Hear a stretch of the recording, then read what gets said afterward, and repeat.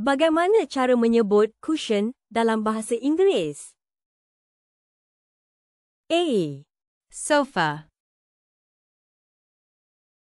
B, cushion, C, chair,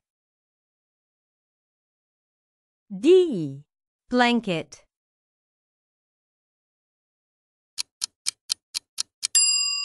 Jawapan yang betul ialah pilihan B. Cushion. Bagaimana cara menyebut selimut tebal dalam bahasa Inggeris? A, Bedsheet. B, Pillow.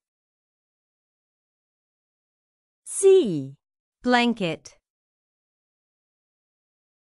D. Duvet.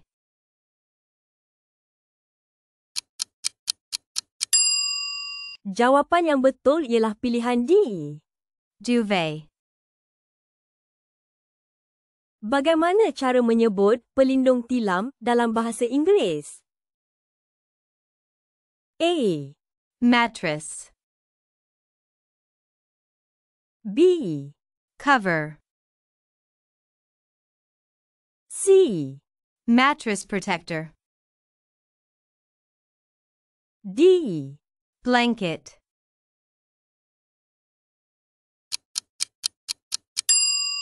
Jawapan yang betul ialah pilihan C. Mattress protector.